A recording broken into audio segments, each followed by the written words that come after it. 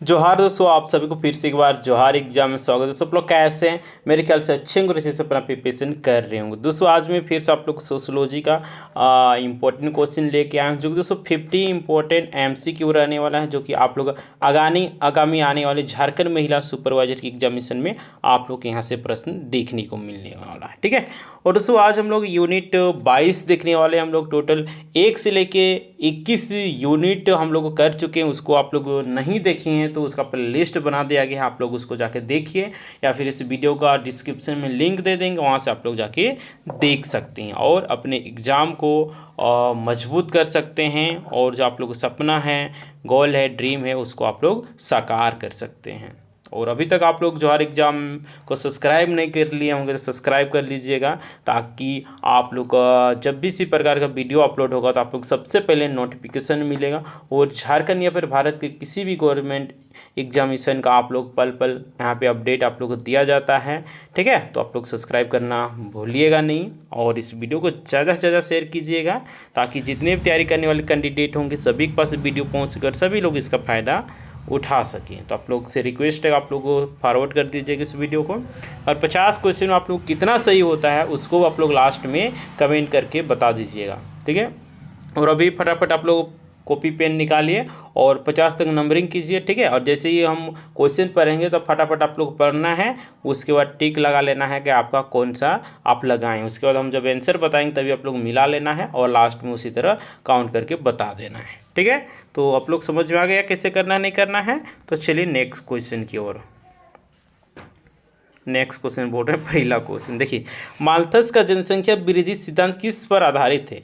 भौतिक संसाधन पर, जैविक संसाधन पर, आर्थिक संसाधन पर, या फिर सामाजिक संसाधन? तो इसका बिल्कुल राइट जो आंसर हो जाएगा भौतिक संसाधन। ठीक है। नेक्स्ट प्रश्न देखिए आप लोग दिया हुआ है, जैविक की जनसंख्या वृद्धि का सिद्धांत किसके बारे में बताता है?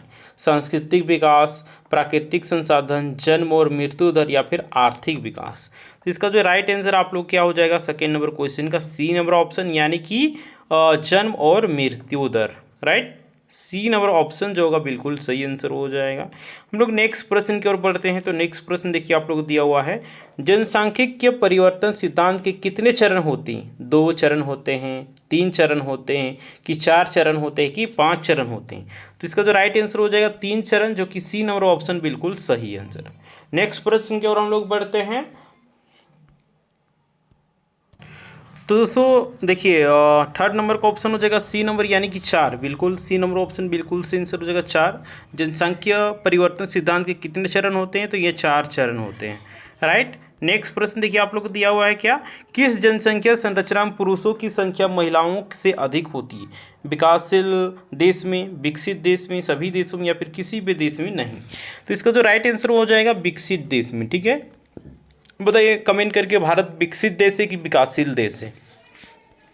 नेक्स्ट प्रश्न देखिए आप लोग को दिया हुआ है, भारत में जनसंख्या नीति की आवश्यकता क्यों है? आर्थिक विकास के लिए, सामाजिक स्थिरता के लिए, संसाधनों के समुचित उपयोग के लिए, या फिर उपरोक्त सभी? तो इसका जो राइट आंसर हो जाएगा आप लोगों को डी नंबर ऑप्शन, यानी कि उपरोक्त सभी। भारत में जनसंख्या नीति की आवश्यकता आर्थिक विकास के लिए है, सामाजिक स्थिरता के लिए, संसाधनों के समुचित उपयोग के लिए, इसलिए हम लोग का डी नंबर जो ऑप्शन होगा बिल्कुल राइट आंसर हो जाएगा। तो हम लोग नेक्स्ट प्रश्न की ओर हम लोग बढ़ते हैं। तो देखिए, जनसंख्या संरचना का सामाजिक सांस्कृतिक पक्ष क्या है? लिंग अनुपात, उम्र संरचना, वैवाहिक स्थिति, उपरोक्त सभी? तो इसका जो राइट आंसर हो जाएगा उपरोक्त सभी, यानी कि डी नंबर ऑप्शन जो होगा बिल्कुल सही आंसर। नेक्स्ट प्रश्न देखिए आप लोग को दिया हुआ है, भारत में सबसे अधिक जनसंख्या किस राज्य में है? महाराष्ट्र में, उत्तर प्रदेश में, बिहार में, पश्चिम बंगाल में? तो इसका राइट आंसर हो जाएगा उत्तर प्रदेश। ठीक है, जनसंख्या के मामले में सबसे बड़ा राज्य उत्तर प्रदेश, और क्षेत्रफल के मामले में सबसे बड़ा राज्य कमेंट करके आप लोग बताइएगा। जितने भी कैंडिडेट है सभी को आप लोग कमेंट करके बताइएगा। चलिए नेक्स्ट प्रश्न है, जन्म दर को मापने के लिए कौन सा कारक को प्रयोग किया जाता है? प्रति 1000 व्यक्ति, प्रति 100 व्यक्ति, प्रति 10,000 व्यक्ति, या फिर प्रति 5000 व्यक्ति? तो इसका राइट आंसर आप लोग क्या हो जाएगा? ए नंबर ऑप्शन, यानी कि प्रति 1000 व्यक्ति। ठीक है, ए नंबर ऑप्शन बिल्कुल राइट आंसर। नेक्स्ट प्रश्न देखिए आप लोग का, मृत्यु दर को मापने के लिए कौन सा कारक प्रयोग किया जाता है? प्रति 1000 व्यक्ति, प्रति 100 व्यक्ति, प्रति 10,000 व्यक्ति या फिर प्रति 5,000 व्यक्ति। तो इसका राइट आंसर हो जाएगा प्रति 1000 व्यक्ति। नेक्स्ट प्रश्न देखिए आप लोग का, भारत में परिवार नियोजन की अस्वीकृति का एक प्रमुख कारण क्या है? धार्मिक विश्वास, सामाजिक रिवाज, शिक्षा की कमी, उपरोक्त सभी। तो इसका जो राइट आंसर हो जाएगा उपरोक्त सभी। भारत में नियोजन की अस्वीकृति का प्रमुख कारण है धार्मिक विश्वास, सामाजिक रिवाज, शिक्षा की कमी। ठीक है, इसीलिए डी नंबर जो ऑप्शन होगा बिल्कुल राइट आंसर हो जाएगा। ठीक है, तो हम लोग नेक्स्ट प्रश्न को हम लोग बढ़ते हैं। देखिए आगे क्वेश्चन है, प्रथम पंचवर्षीय योजना में परिवार नियोजन कितना महत्व दिया गया था? उच्च, मध्यम, निम्न या फिर कोई नहीं? तो देखिए निम्न दिया गया था, ज़्यादा इसको महत्व नहीं दिया गया था, है ना, इसीलिए सी नंबर जो ऑप्शन होगा बिल्कुल सही आंसर हो जाएगा। तो हम लोग नेक्स्ट क्वेश्चन की ओर बढ़ते हैं। तो चलिए नेक्स्ट क्वेश्चन की ओर। तो देखिए 12 नंबर में, अष्टम पंचवर्षीय योजना किस वर्ष से किस वर्ष तक लागू हुई थी? 1990 से 1995, 1992 से 1997, 1997 से 2002 या फिर 2000 से 2005? तो इसका जो राइट आंसर हो जाएगा 2092 बोल रहे 1992 से 1997। ठीक है, बी नंबर जो ऑप्शन होगा बिल्कुल सही आंसर हो जाएगा। नेक्स्ट है, कौन सी पंचवर्षीय योजना हर घर में बच्चे का स्वास्थ्य पर केंद्रित थी? तीसरी पंचवर्षीय योजना, पांचवी पंचवर्षीय योजना, सातवीं पंचवर्षीय योजना या फिर सातवीं पंचवर्षीय योजना या फिर आठवीं पंचवर्षीय योजना? तो इसका जो राइट आंसर हो जाएगा पांचवी पंचवर्षीय योजना जो था ये हर घर में बच्चे का स्वास्थ्य पर केंद्रित योजना था। नेक्स्ट है, पंचवर्षीय योजनाओं का मुख्य उद्देश्य क्या है? आर्थिक विकास, सामाजिक न्याय, जनसंख्या नियंत्रण, उपरोक्त सभी। तो इसका जो राइट आंसर हो जाएगा डी नंबर ऑप्शन यानी कि उपरोक्त सभी। तो चलिए हम लोग नेक्स्ट प्रश्न की ओर बढ़ते हैं। नेक्स्ट प्रश्न देखिए, भारत में परिवार नियोजन कार्यक्रम की शुरुआत किस वर्ष हुई थी? 1951 ईस्वी में, 1952 ईस्वी में, 1955 में या फिर 1960 में? तो इसका जो राइट आंसर हो जाएगा बी नंबर ऑप्शन यानी कि 1952 ईस्वी में। नेक्स्ट प्रश्न है देखिए आप लोग का, कौन सी योजना में परिवार नियोजन कार्यक्रम को अधिक महत्व मिला? कौन सी योजना में परिवार नियोजन कार्यक्रम को अधिक महत्व मिला? पहली योजना, तीसरी योजना में, पांचवी योजना में या फिर सातवीं पंचवर्षीय योजना में? तो इसका जो राइट आंसर हो जाएगा सातवीं पंचवर्षीय योजना में। आप लोग कमेंट करके बताइएगा सातवीं पंचवर्षीय योजना कब से कब तक चला था। चलिए नेक्स्ट प्रश्न है, देखिए सातवीं पंचवर्षीय योजना का उद्देश्य क्या था? शिक्षा का विस्तार, स्वास्थ्य सेवाओं का सुधार या फिर जनसंख्या नियंत्रण या फिर कृषि का विकास? तो इसका जो राइट आंसर हो जाएगा जनसंख्या का नियंत्रण था सातवीं पंचवर्षीय योजना का उद्देश्य। राइट, नेक्स्ट है, भारत में जनसंख्या नीति का मुख्य उद्देश्य क्या है?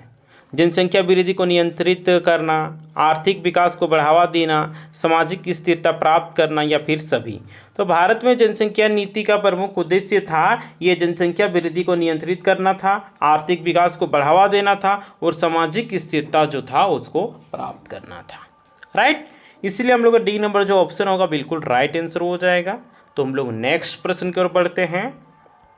देखिए नेक्स्ट प्रश्न है, कौन सी पंचवर्षीय योजना में हमारे दो अभियान शुरू हुआ? पहली पंचवर्षीय योजना, तीसरी पंचवर्षीय योजना, पांचवी पंचवर्षीय योजना या फिर छठी पंचवर्षीय योजना?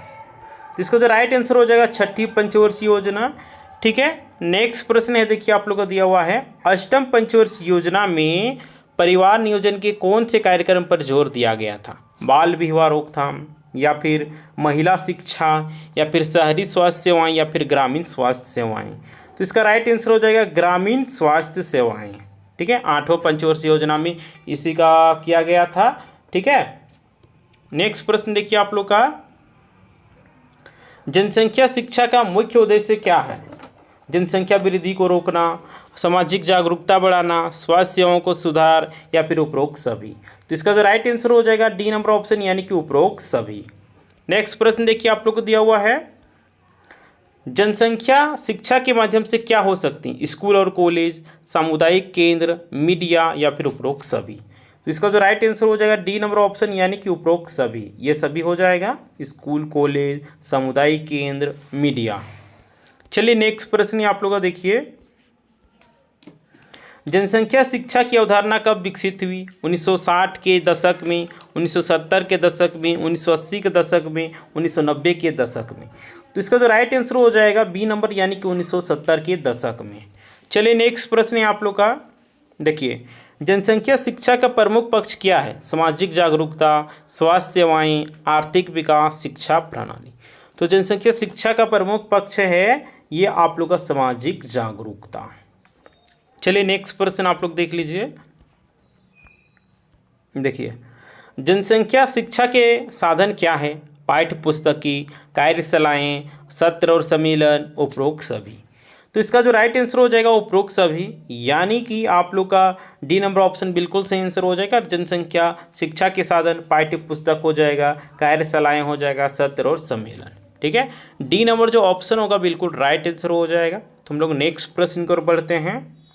देखिए जनसंख्या शिक्षा का मुख्य उद्देश्य क्या है? जन्म दर को नियंत्रित करना, मृत्यु दर को कम करना, हस्तांतरण को नियंत्रित करना, या फिर डी नंबर ऑप्शन बिल्कुल सही आंसर। तो इसका राइट आंसर हो जाएगा डी नंबर ऑप्शन बिल्कुल सही आंसर, यानी कि जन्म दर को नियंत्रित करना, मृत्यु दर को कम करना और हस्तांतरण को नियंत्रित करना। चलिए डी नंबर ऑप्शन 26 का बिल्कुल राइट आंसर हो जाएगा। ठीक है, हम लोग नेक्स्ट प्रश्न की ओर पढ़ते हैं। देखिए जनसंख्या शिक्षा के लिए सबसे प्रभावी माध्यम कौन सा है? विद्यालय, मीडिया, सामुदायिक केंद्र, या फिर सभी। तो इसका राइट आंसर हो जाएगा डी नंबर, यानी कि सभी। चलिए नेक्स्ट प्रश्न है आप लोग का, जनसंख्या शिक्षा के पक्ष क्या है? नैतिक शिक्षा, स्वास्थ्य शिक्षा, आर्थिक शिक्षा, उपरोक्त सभी। इसका राइट आंसर हो जाएगा उपरोक्त सभी, डी नंबर ऑप्शन बिल्कुल राइट आंसर। चलिए नेक्स्ट प्रश्न आप लोग को देखिए, जनसंख्या शिक्षा का मुख्य उद्देश्य क्या है? जन्म दर को नियंत्रित करना, मृत्यु दर को कम करना, हस्तांतरण को नियंत्रित करना, या फिर उपरोक्त सभी। तो इसका राइट आंसर हो जाएगा डी नंबर, यानी कि उपरोक्त सभी। चलिए नेक्स्ट प्रश्न आप लोग का देखिए, जनसंख्या शिक्षा की यंत्र कला का उद्देश्य क्या है? शिक्षण के साधन और तकनीकों का विकास, पाठ्य पुस्तकों का निर्माण, शिक्षकों का प्रशिक्षण, या फिर सभी। तो इसका राइट आंसर हो जाएगा ये सभी।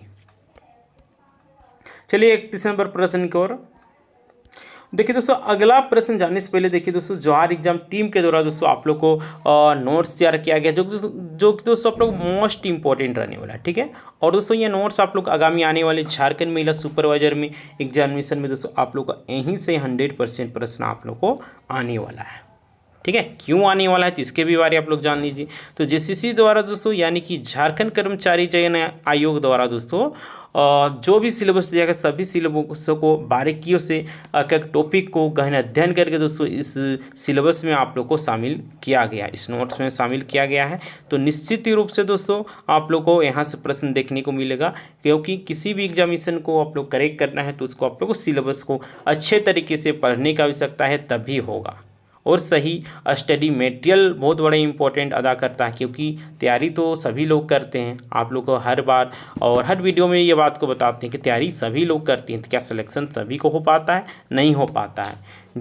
किसको नहीं हो पाता है, किसको हो पाता है? जिसको सही स्टडी मटेरियल मिल पाता है, सही गाइडेंस मिल पाता है, सही वो प्रैक्टिस कर पाता है, अभ्यास कर सकता है, उसको सफलता मिलता है। सही रणनीति बना लेता है। और फेल कौन हो जाते, असफल कौन लोग हो जाते? जो सही से टाइम मैनेज नहीं कर पाते हैं, सही से स्टडी मटेरियल उनको नहीं मिल पाता है, आम सिलेबस में हैं तो जामुन पढ़ के जा रहे हैं, तो कहाँ से होगा? नहीं ना होगा। अच्छे से प्रैक्टिस नहीं करके जाते हैं तो सिलेक्शन तो कहाँ से होगा? नहीं होगा। जो मेहनत करता है, संघर्ष करता है, उसका सिलेक्शन होता है। सोए हुए इंसान को कभी सफलता प्राप्त नहीं होता है। वो जिस तरह सोएगा उसका सपना भी इसी तरह सोता रहेगा। तो डिसाइड आपको करना है, आप लोग अपने सपनों को सुलाना है या फिर जगाना है, ब्राइट करना है, ये आप पे डिपेंड करता है। ठीक है ना। तो देखिए आप लोग नोट्स कैसे प्राप्त कर सकते हैं। तो देखिए हम लोग को नोट्स आप लोग को सोशोलॉजी हो गया, होम साइंस हो गया, साइकोलॉजी हो गया, पेपर 2 हिंदी हो गया और पेपर 1 के लिए नोट्स तैयार किया गया है। तो देखिए आप लोग के नंबर दिया हुआ है, दिख रहा होगा आप लोग का, दिख नहीं रहा होगा तो आप लोगों सुनिए 8789125229। ठीक है। इस नंबर पे आप लोग क्या करना है 200, देखिए एक सब्जेक्ट का विषय का प्राइस है 200, देखिए 200 पेमेंट करना है। देन उसका स्क्रीनशॉट इसी नंबर पे आप लोग को डाल देना है। स्क्रीनशॉट डाल के आप लोग को बतला देना है कि सर हमको सोशोलॉजी चाहिए या फिर होम साइंस का, साइकोलॉजी पेपर 2 हिंदी या फिर पेपर 1, जिसको भी चाहिए आप लोग कमेंट करके बता सकते हैं। और कमेंट करके फिर से बोल रहे हैं, बार बार बोला जा रहा है, मेंशन कर दीजिएगा व्हाट्सएप में। उसके बाद आप लोग को जौहर एग्जाम टीम के द्वारा आप लोग को 2 मिनट के अंदर में नोट्स प्रोवाइड करवा दिया जाएगा, ठीक है। तो उम्मीद करते हैं आप लोग समझ में आ गया कैसे करना है नहीं करना है। तो चलिए, और दोस्तों देखिए टेस्ट सीरीज़ भी आप लोग को जौहर एग्जाम के द्वारा बनाया गया है। चाहे हम लोग पेपर 1 की बात करते, चाहे पेपर 2 की बात करते, चाहे पेपर 3 की बात करते, सभी के लिए दोस्तों बनाया गया। और दोस्तों ये मोस्ट इंपॉर्टेंट रहने वाला है, क्योंकि आप किसी भी एग्जामिनेशन की तैयारी कर रहे हैं, ठीक है, बिना प्रैक्टिस किए हुए जाइएगा, बिना रिवीजन किए हुए जाइएगा, तो आपका सिलेक्शन कभी नहीं हो पाएगा। अगर आप सिलेक्शन लेना चाहते हैं तो आप लोग को मॉक टेस्ट लगा के ही जाना। मॉक टेस्ट लगाने से फ़ायदा क्या होता है, आप लोग को टाइम मैनेज करने में सहूलियत होता है, आसानी होता है। जो कैंडिडेट टाइम उसको तो सब आता है, ठीक है, लेकिन जब एग्जामिनेशन में चल जाते हैं तभी उनका टाइम ही मैनेज नहीं होता, कब कैसे बीत जाता है उनको पता ही नहीं चलता है ना। उसके बाद मतलब वो लोग बोलते हैं कि टाइम मिला ही नहीं। टाइम किसको मिलता है, समय तो सबका उतना ही रहता है ना, लेकिन जो सफल हो जाते हैं उनको कहाँ से फिर समय मिल जाता है, उनको वहीं से मिलता है क्योंकि उन्होंने प्रैक्टिस कर रखा है, ठीक है, अच्छे तरीके से रिवीजन किया है, अच्छे तरीके से स्टडी मटेरियल को पढ़ा है ना, नोट्स तैयार किया है, अच्छे तरीके से मॉक टेस्ट लगाया। मॉक टेस्ट देने से ही तो बोल रहे हैं, आप लोग का टाइम मैनेज करने में भी आसानी होगा, आप लोग अच्छे तरीके से टाइम भी मैनेज कर लीजिएगा, और आपका जो स्कोरिंग है उसमें भी वृद्धि होगा, है ना।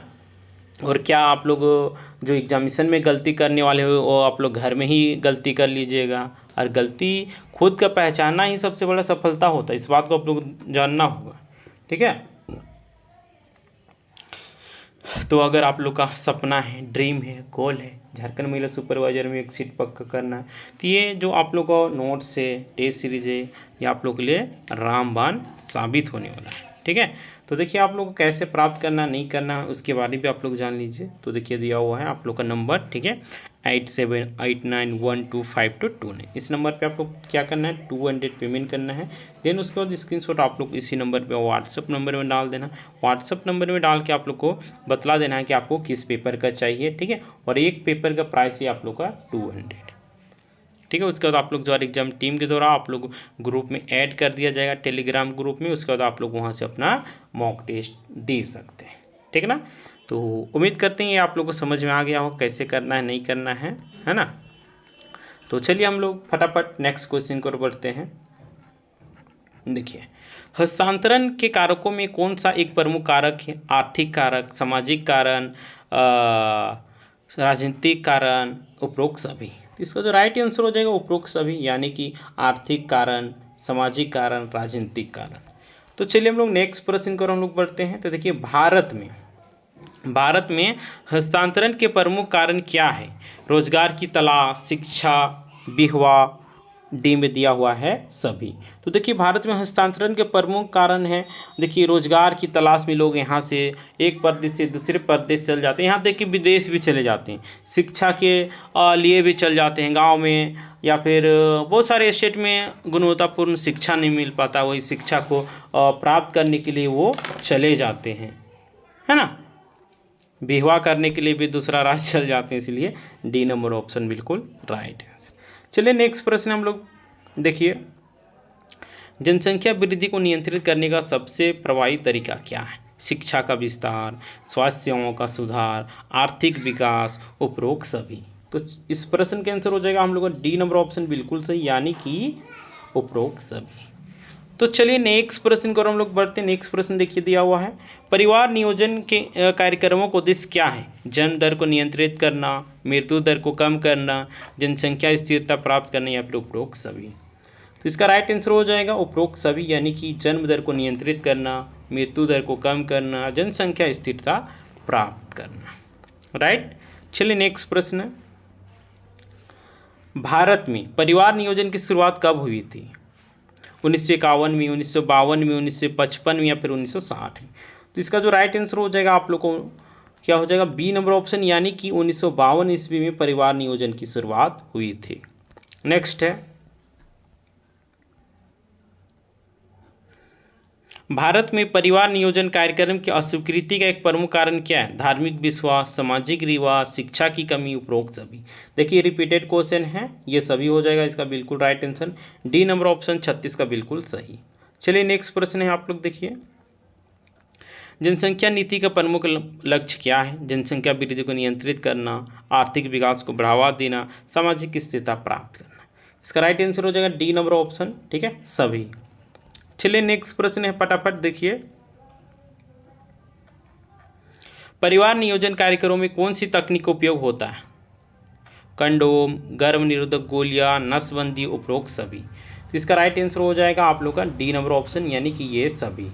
चलिए नेक्स्ट क्वेश्चन, भारत में परिवार नियोजन कार्यक्रम के लिए कौन सी पंचवर्षीय योजना महत्वपूर्ण थी? पहली पंचवर्षीय योजना, तीसरी पंचवर्षीय योजना, पांचवी पंचवर्षीय योजना, सातवीं पंचवर्षीय योजना। इसका राइट आंसर हो जाएगा डी नंबर ऑप्शन, यानी कि सातवीं पंचवर्षीय योजना। नेक्स्ट है, परिवार नियोजन के साधन कौन से हैं? शिक्षा, स्वास्थ्य सेवाएं, आर्थिक प्रोत्साहन, डी उपरोक्त सभी। इसका राइट आंसर हो जाएगा डी उपरोक्त सभी। तो चलिए नेक्स्ट प्रश्न है, जनसंख्या वृद्धि का मानसिक प्रभाव क्या हो सकता है? तनाव, अवसाद, मानसिक रोग, उपरोक्त सभी। इसका राइट आंसर हो जाएगा उपरोक्त सभी, यानी कि ये सब हो जाएगा। नेक्स्ट प्रश्न देखिए आप लोग, जनसंख्या वृद्धि के सांस्कृतिक निर्धारक क्या है? पारिवारिक संरचना, धार्मिक विश्वास, सामाजिक रिवाज, उपरोक्त सभी। इसका राइट आंसर हो जाएगा डी नंबर ऑप्शन, यानी कि उपरोक्त सभी, है ना। चलिए नेक्स्ट,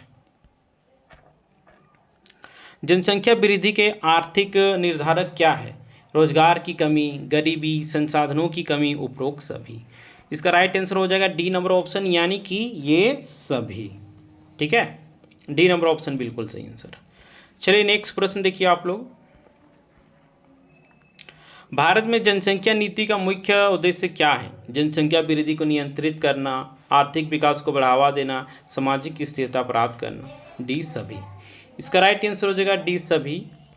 नेक्स्ट प्रश्न देखिए, भारत में परिवार नियोजन की अस्वीकृति का एक प्रमुख कारण क्या है?